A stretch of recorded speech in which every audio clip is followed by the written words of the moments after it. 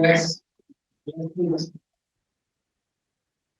Domingo Campo, una maravillosa edición del doctor Propio Campo. Hace 35 años me invitaron a participar en la Fundación para el Estudio del Alcohol y el Alcoholismo en México. Es una fundación que presidía el doctor Velasco Fernández. Realmente es la primera imagen que yo tengo de que me surgen las adicciones y los problemas. En esa época el concepto era totalmente médico y estaba enfocado fundamentalmente a tratar las consecuencias que generaba el problema del alcoholismo y la prevención del mismo. Había dos vertientes fundamentales. Una, la de satanizar el consumo de alcohol, que mundialmente se comprobó que no era la mejor estrategia porque satanizar paradójicamente generaba la inquietud por el consumo del alcohol. Y la otra era educar a la sociedad para prevenir el consumo del alcohol. Esa fue la idea que predominó hace 35 años en el mundo, y de ahí empezaron a surgir muchas propuestas. En estas propuestas habrá muchos de ustedes que tendrán oportunidad de considerar como algo ya muy familiar: los grupos de alcohólicos anónimos, los anexos y todas estas cosas, los 12 pasos, en fin, todo lo que de alguna manera decía el alcohólico que solo podía ayudarse a un alcohólico si el que lo ayudaba a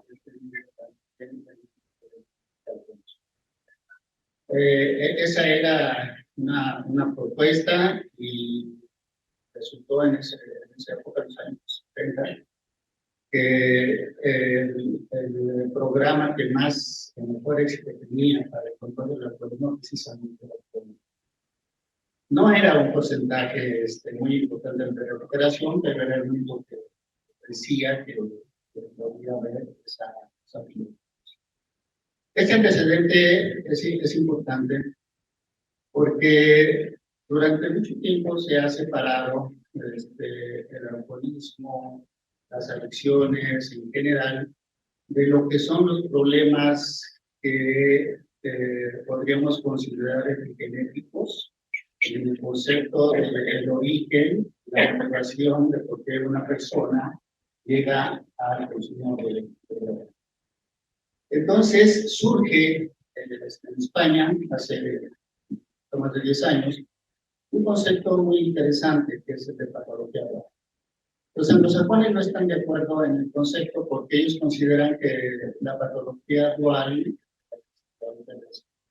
porque ellos consideran que el concepto no nos da ninguna clínica terapéutica, ya que ellos consideran que las adicciones y los problemas psiquiátricos pues son comorbilidades, ¿no? O sea, yo tengo un problema psiquiátrico y consumo drogas con una común.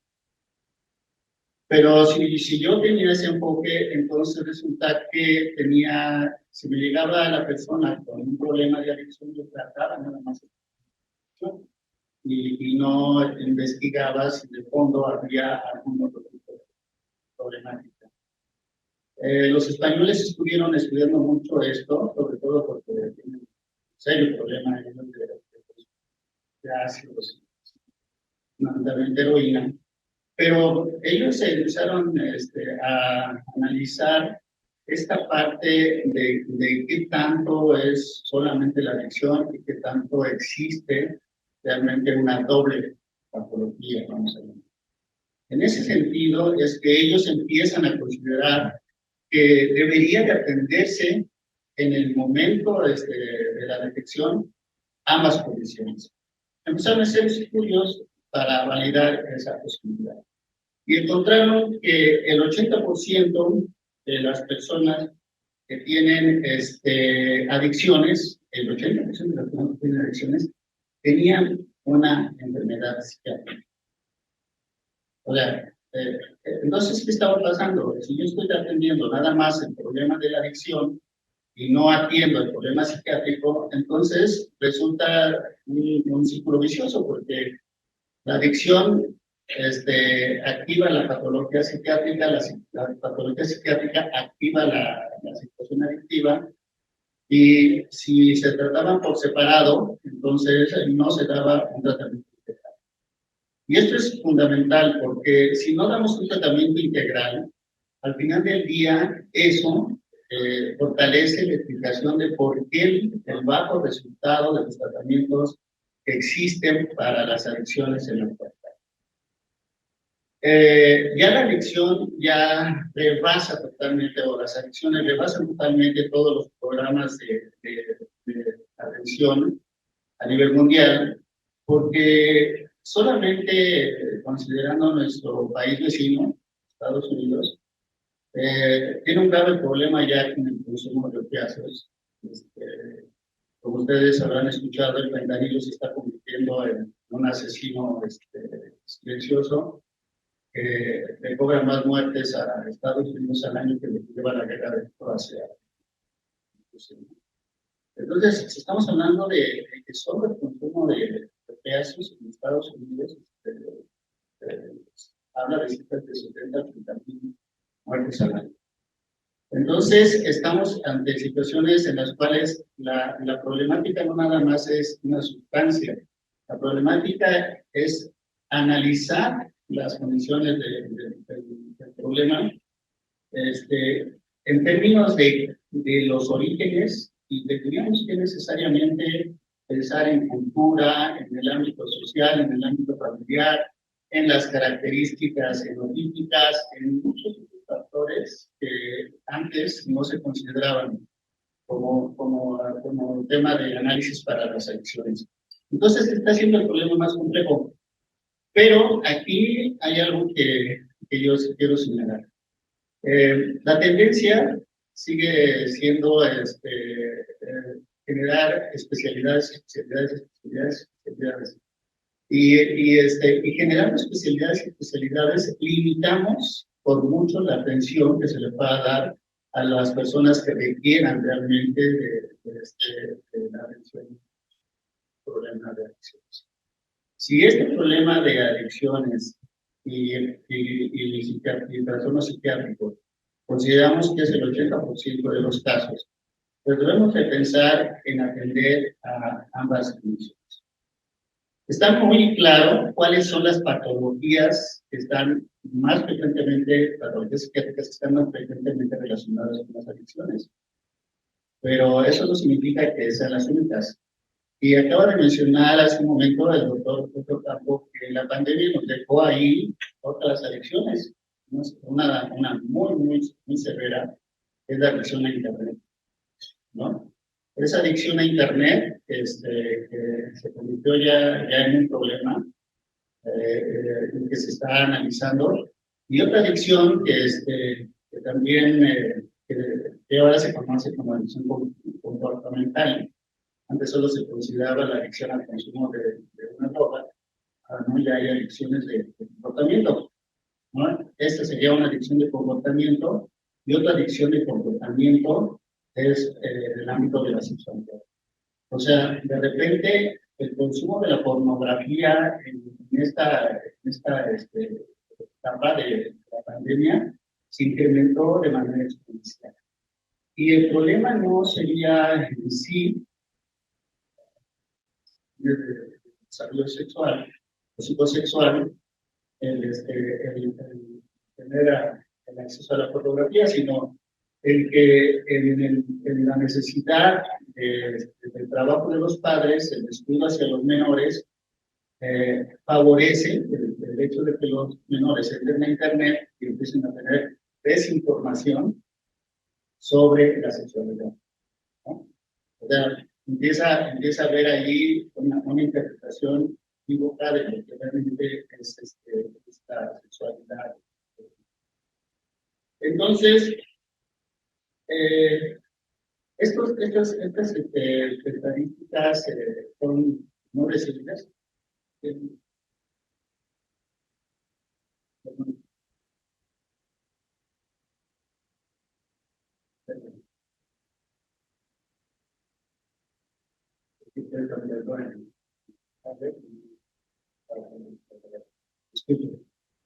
Entonces, aquí todo esto nos va generando una situación en la Academia Mexicana de Patología Dual que nos llevó a reflexionar. Están los colegas psicólogos, ya con su superespecialidad de cardiología, por un lado, ¿sí? Que no suman más allá de, no sé, a lo mejor unos 200, no sé si exageraría, cuando en realidad tenemos un 30% de potencial de nuestra población que en algún momento se hubiera reducido.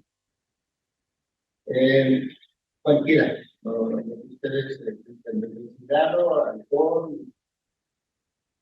Entonces, el enfoque, si nosotros lo hacemos solamente de un especialista en las drogas, dejamos de tener la oportunidad de que el personal de salud en general sea quien pueda colaborar en la prevención, en la orientación y en la información a las familias de las personas que en algún momento pudieran tener el riesgo.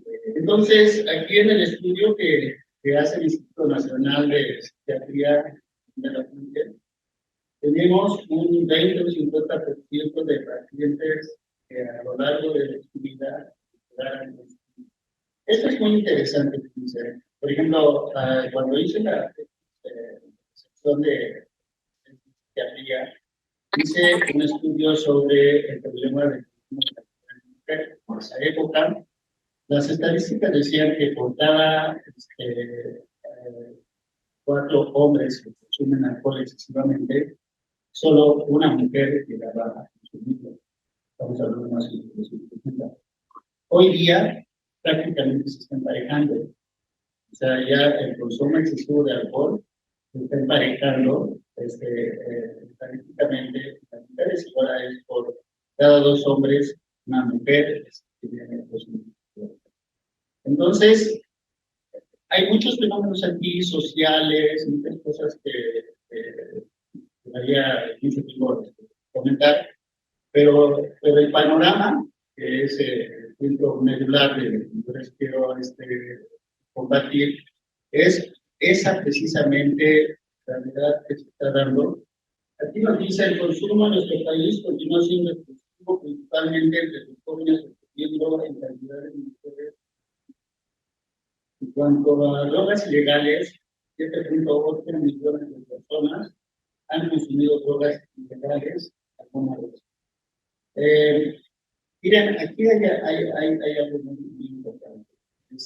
No es solamente el saber que se ha implementado el consumo de drogas, que obviamente sí es importante, sino entender que si nosotros no hacemos una promoción para la salud, desde el primer nivel de la atención, entonces llegar al tercer nivel de atención prácticamente ya no tiene una respuesta favorable.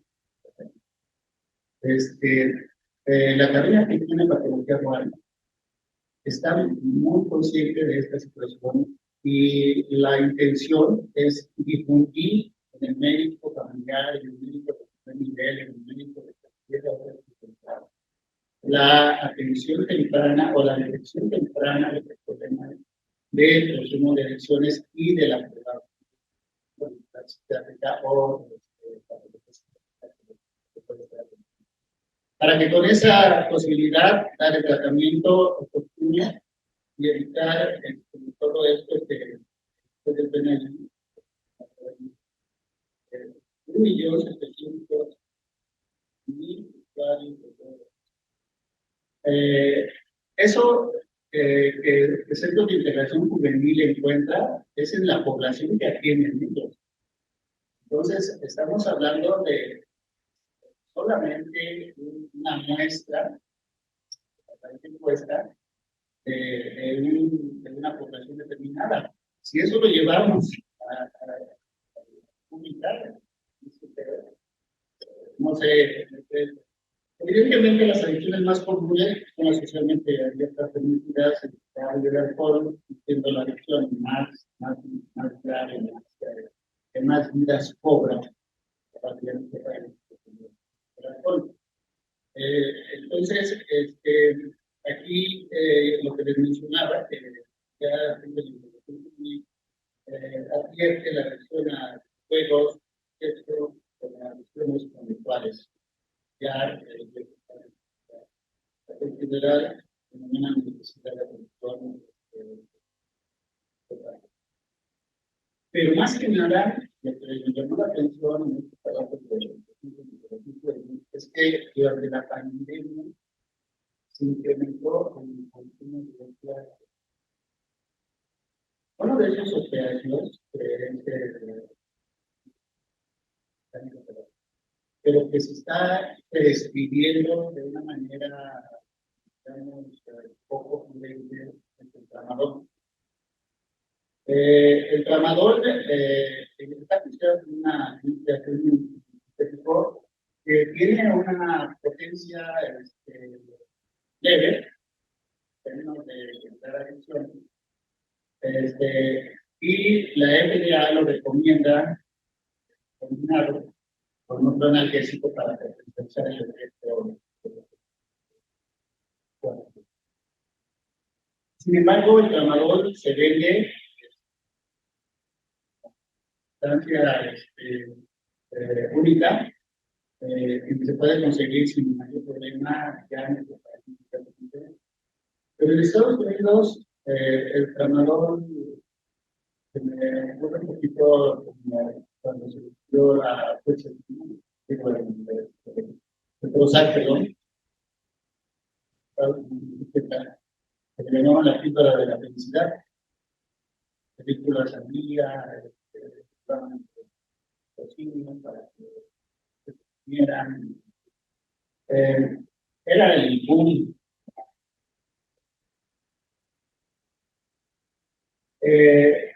Cuando descubren los opioides,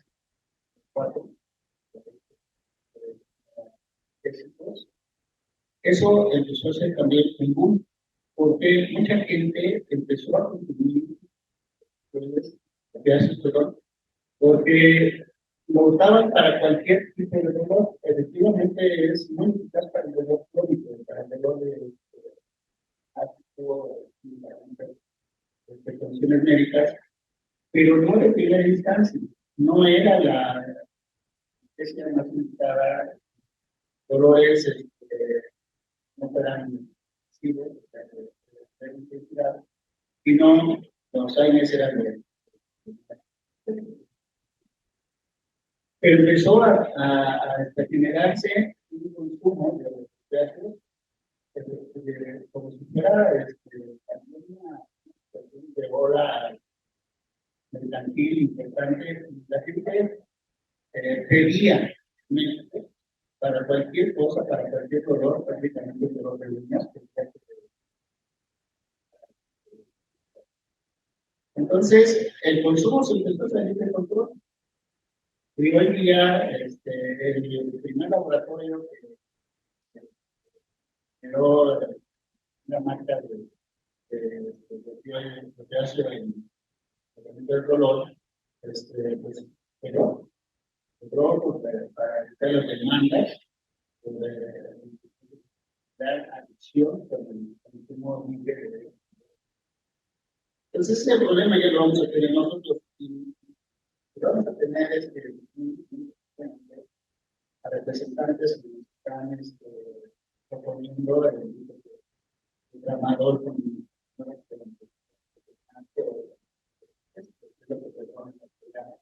al dolor leve moderado.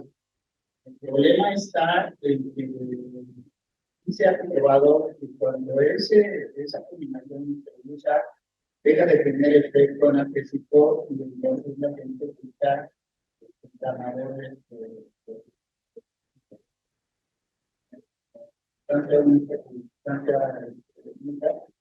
y eso está generando también.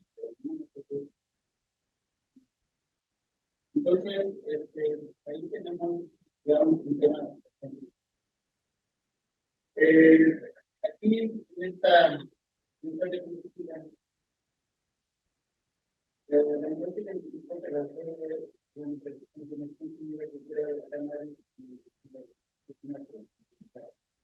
miren, el cannabis es una cuestión que ha analizado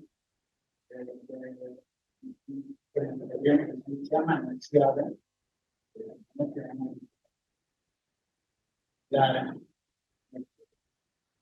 y si buscamos el cannabis,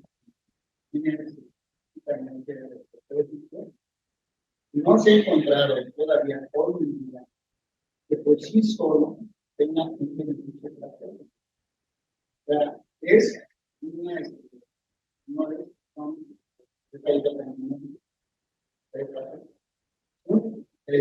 sustancias que tienen que adicionarse a otra para mejorar el producto. Pero por sí sola no se ha encontrado que tengan. Y los éxitos en cannabis están más tenidos en la depresión.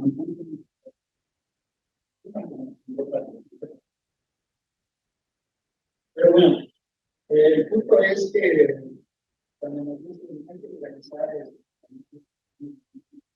no estamos hablando de la planta, estamos hablando de esa planta que se puede sintetizar. Entonces, cuando joven llegan y dicen, no, es una ciudad que no es purificar, ¿no? Pero no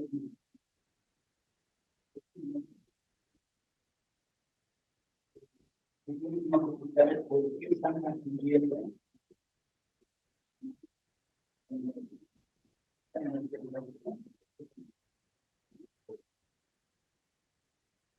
entonces tenemos un problema también aquí del funcionario que está provocado en el ya le pregunté entre otras cosas tengo de la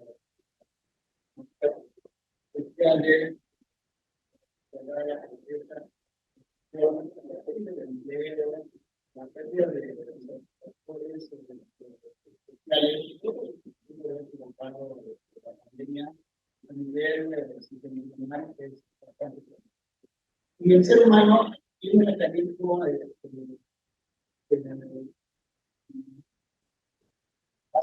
dar formas de atenuar nuestra industria con nuestra cuestión,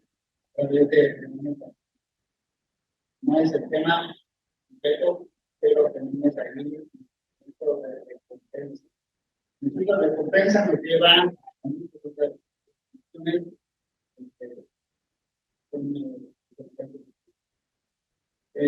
la elevada necesidad de aplicación social, en fin, todo esto a lo que va es que no solamente se incrementa el consumo, sino se incrementa la producción de las sustancias ilegales y esto obviamente aumenta la delincuencia, aumenta los problemas sociales y se forma una bola de nieve que no sé cómo vamos a ver.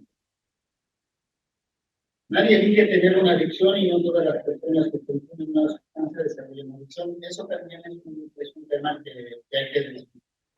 El hecho de consumir actualmente, como diría un secretario de salud pública, de vez en cuando no se bueno,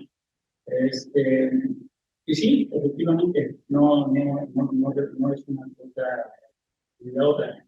El que se ha comprobado que sí es altamente adictivo es el fentanilo. Estadísticamente se ha comprobado a que personas que consumen más de cinco ocasiones fentanilo, es muy probable que desarrollen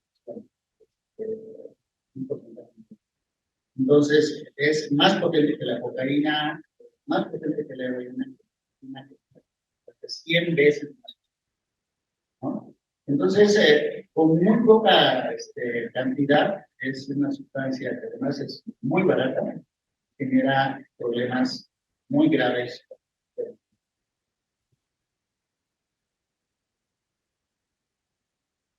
Consecuencias de las adicciones que tenemos que ir enfrentando. El incremento de la utilización de productos especializados y de medicina general. Aquí hay algo que es muy interesante. Está un debate entre si hay que evitar las intervenciones prolongadas en pacientes psiquiátricos o en pacientes adictos, o si hay que tratarlos ambulatorialmente. La tendencia en Europa es a manejar más los programas ambulatorios y más con el enfoque de patología dual, o sea, viendo las dos, la atención psiquiátrica y la atención ambulatoria. Eso es lo que actualmente se está predominando en Europa. Aquí todavía tenemos más en los programas tradicionales, que son los programas de tratamiento prolongado. Hay programas de 3, 6, 8 meses, un año. Y hay tipo anexo, y hay lo que se llaman, o tratan de manejar el concepto de clínicas de carga. Pero utilizan el programa tradicional, que son los 12 pasos famosos que dan en Alcohólicos Anónimos, que lo trasladan a las adicciones secundarias. Pero esto no ha funcionado. Por lo que decía el doctor Campo, ya las cosas son más complejas desde el punto de vista neurofuncional, como para podernos quedar con un enfoque simplemente de convencimiento, ¿no? Tenemos que ver la situación integral. ¿Sí? Muy bien. Entonces, las consideraciones del tratamiento nos va a hablar el doctor Daniel Zambrano más adelante. No me voy a... Pero sí quiero recordarles cuáles son las problemáticas que tienen mucho que ver con la adicción. A veces uno piensa que tiene que haber algo muy grave en nuestra vida para hacernos adictos. La ansiedad es algo muy común, es uno de los problemas más comunes, psiquiátricamente hablando, y la gran mayoría de nosotros, los médicos, no tomamos un tratamiento específico para eso. De hecho, somos consumidores, en buena medida, de sustancias que atenúan tradicionalmente nuestra ansiedad y que son socialmente permitidas. O sea, tenemos mitos como el ciudadano que tiene problemas con el consumo de alcohol, los anestesiólogos que tienen problemas con el consumo de ácidos, en fin, no somos precisamente los consumidores de marihuana o de cocaína, todo esto, pero bueno, al final del día un buen porcentaje de los médicos tenemos problemas de ansiedad, de depresión, y lo que aquí ven de trastornos de ansiedad.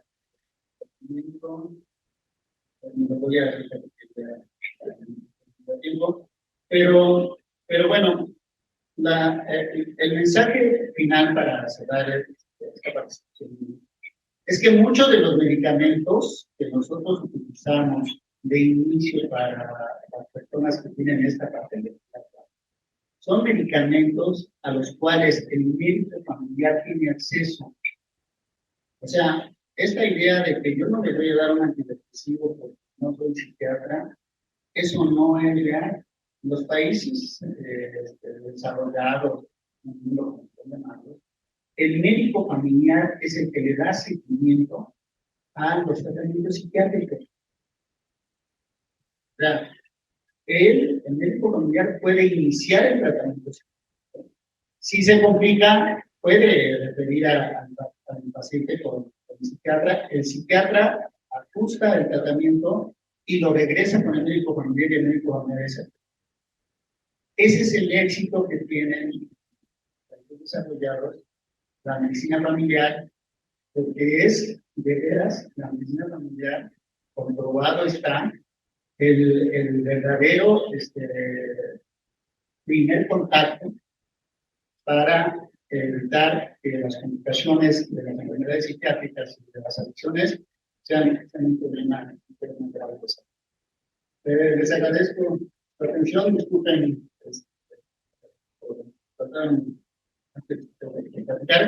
pero por lo menos quisiera haber dejado una inquietud en relación a la problemática que tenemos en la reflexión. Gracias.